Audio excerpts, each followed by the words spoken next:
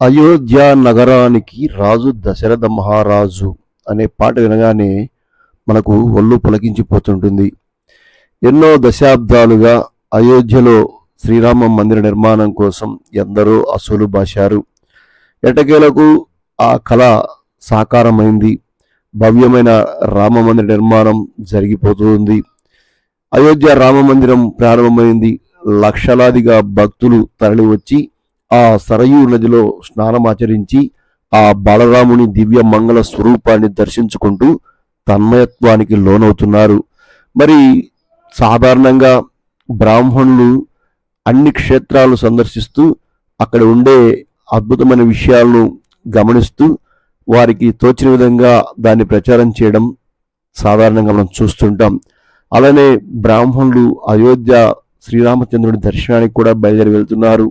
అయితే వారికి అక్కడ సరైన వసతి లేకపోవడం, వసతి కన్నా ముందు వారికి సంధ్యవార్చుకోవడం కోసం, వారు భుజించడం కోసం మంచి ఆహారం, స్వచ్ఛమైనది, శుభ్రమైనది, మడితో కూడిన ఆహారం దొరక్క ఇబ్బందులు పడుతున్న విషయం అందరికీ తెలిసిందే. ఇక మనందరికీ తెలిసిన సత్రం కరివేన బ్రాహ్మణ సత్రం, అఖిల భారతీయ బ్రాహ్మణ కరివేన నిత్యానందన సత్రం ఉత్తరప్రదేశ్లో ఇప్పటి వరకు కాశీలో ఉంది, ఆ తర్వాత నైమిసారణ్యంలో ఉంది. మరి కాశీ నుంచి అయోధ్యకు పోయి దర్శనం చేసుకొని మళ్ళా కాశీ వచ్చి భోంచడం జరిగేది కాదు. అందుకే ప్రస్తుత పాలక మండలి ఒక నిర్ణయం తీసుకొని వెంటనే దాన్ని అమల్లోకి తెచ్చింది. నిజానికి అయోధ్యలో రామమందిర నిర్మాణం ప్రారంభమైన రోజు నుండి, అంటే దాదాపు సంవత్సరం దాటి 2 సంవత్సరాలు, ఈ 2 సంవత్సరాలుగా కరివెన బ్రాహ్మణ సత్రం యొక్క శాఖని ఇక్కడ ఏర్పాటు చేయాలని అధ్యక్షులు, కార్యదర్శి, కోశాధికారి, అదేవిధంగా పాలక మండలి కమిటీ, సలహా కమిటీ చైర్మన్గా ఉన్న అందరూ కూడా ప్రయత్నం చేశారు. అయితే అన్ని ప్రయత్నాలు ఎందుకో రాముల వారి దయ సరిగా లేదేమో అన్ని విఫలమవుతూ వచ్చాయి. ఉన్నట్టుండి ఒక అవకాశం దొరికింది. దాదాపు స్థలం కూడా ఓకే అయింది, ధర కూడా నిర్ణయించబడింది. అయినా సరే రామచంద్రుడు కాస్త ఆగండి అంటూ దాన్ని ఆపారు. అయితే మన పాలక మండలి ఏం చేసిందంటే, స్థలం కొనడం, కట్టడం ఎప్పుడుకో సంవత్సరాలు పడుతుంది. అప్పటిదాకా బ్రాహ్మణ బంధువులు మంచి ఆహారం, మడితో కూడిన ఆహారం, ఆచారాలతో కూడిన ఆహారం దొరక్క ఇబ్బంది పడకూడదనే తలంపుతోటి వెంటనే అద్దె భవనం ఒకటి తీసుకున్నారు. ఈ అద్దె భవనంలో 7 గదులు ఉన్నాయి. ఆ గదులలో విశ్రాంతి తీసుకునేవారు విశ్రాంతి తీసుకోవచ్చు. అలానే ఆహారం ఇక్కడ భుజించడానికి అన్ని రకాలైన ఏర్పాట్లు చేయడం జరిగింది. ఇలా జూలై 7వ నెల జూలైన ఈ యొక్క ప్రారంభం జరిగింది. ఈ ప్రారంభమైన దగ్గర నుండి దాదాపు 30 రోజులు కావస్తుంది. ప్రతిరోజు 20 నుండి 30 మంది భక్తులు, బ్రాహ్మణ బంధువులు ఇక్కడికి వచ్చి మన అన్న ప్రసాదాలను స్వీకరిస్తూ సంతృప్తి వ్యక్తం చేస్తున్న వైనం కనిపిస్తుంది. జూలై నెలలో ఈ యొక్క సత్రం 5వ తేదీ ప్రారంభం కాగానే అక్కడ పూజాది కార్యక్రమాలతో శాస్త్రోక్తంగా సత్ర భవనాన్ని ప్రారంభించారు. అద్దె భవనం అయితేమి అన్ని హంగులతో దాన్ని తీర్చిదిద్దారు. ఇక డైనింగ్ చాలా విశాలంగా అద్భుతంగా ఉంది. మనం చూస్తున్నాం వీడియోలో. డైనింగ్ హాల్లో ఒక్కసారిగా 50 నుంచి 70-80 మంది కూడా భోజనం చేసే పరిస్థితి కనిపిస్తుంది. అక్కడ సాక్షాత్తు రామచంద్రుని యొక్క పటాన్ని కూడా మనం గమనించవచ్చు.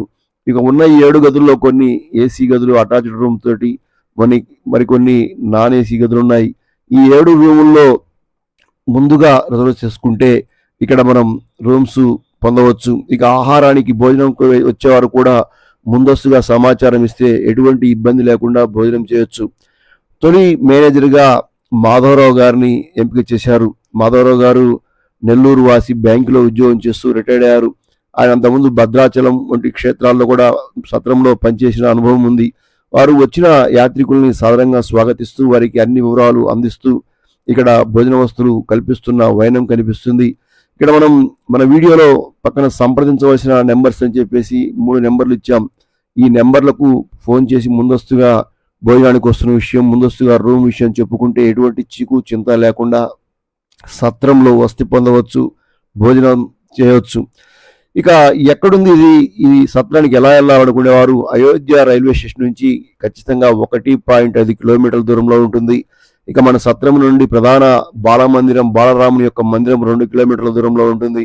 అంటే అందరికీ ఆమోదయోగ్యమైన ప్రదేశంగా ఈ భవనం ఉంది. యాక్చువల్గా ఈ అద్దె భవనం పక్కనే మనం స్థలం కొనుగోలు చేద్దామని ప్రయత్నం చేశాం. అయితే సాంకేతిక కారణాల వల్ల అది కాస్త ఆగిపోయింది. ప్రస్తుతానికి ఆ విషయం కామా మాత్రమే పెట్టాం, ఫుల్ స్టాప్ పెట్టేది లేదు. ఖచ్చితంగా ఇక్కడ స్థలం కొనాల్సిందే, ఆ స్థలానికిలో అద్భుతమైన భవనం నిర్మాణం చేయాల్సిందే. 18వ శాఖగా ఇక్కడ మనం అష్టాదశ అంటాం, అష్టాదశ పురాణాలలాగా అష్టాదశ 18వ సత్రం అయోధ్య రాముని యొక్క సన్నిధిలో కావడం చాలా కాకతాళీయమైనప్పటికీ చాలా అద్భుతమైన విషయంగా దీన్ని పరిగణించాలి. ఇక్కడ మనం ఏదైతే ఈ మందిరం సంబంధించి దగ్గర 2 కిలోమీటర్ల దూరం ఉంది. కొంతమంది మధ్య వయస్కులు అయితే అలా నడుచుకుంటూ వెళ్ళేసి దర్శనం చేసుకొని రావచ్చు. రైల్వే స్టేషన్ నుంచి కూడా అలా నడుచుకుంటూనే సత్రం చేరుకోవచ్చు. ఇక సత్రం సంబంధించిన అనేక విషయాలను ఆ నెంబర్ ద్వారా సమాచారం తీసుకొని మనం కనుక్కోవచ్చు. ఇప్పటికే 30 రోజులు దాదాపు రోజుకు 20 నుండి 30 మంది యాత్రికులు, బ్రాహ్మణ యాత్రికులు వచ్చి భోజనం చేస్తున్న పరిస్థితి మనం చూస్తున్నాం. మనం ముఖ్యంగా గమనించాల్సింది ఇక్కడ నిద్ర చేయడం, సరయూ నదిలో స్నానం చేయడం, ఈ భోజనం స్వీకరించి స్వామివారిని, హనుమాన్ గడిని, అదేవిధంగా అక్కడ ఉన్న అనేక దశరథ మండపం, దశరథ మహల్ అని చెప్పేసి, కనక మహల్ అని చెప్పేసి, తర్వాత అనేక రకాలైన భవనాలు ఉంటాయి అక్కడ. దాన్ని ఎంక్వైరీ చేసుకొని మొత్తం చూసి తనివి తీరా వాటిని ఆస్వాదించవచ్చు. సత్రం advisory board chairman Harkara Srinivas గారు, సత్రం అధ్యక్షులు ఎన్ఆర్ శ్రీనివాస్ గారు, కార్యదర్శి డాక్టర్ వేణుగోపాల్ గారు, కోశాధికారి గోపాని హరియారావు గారి నేతృత్వంలో సత్రం దినదిన ప్రవర్ధమానం చెందుతుంది. జై బ్రాండ్.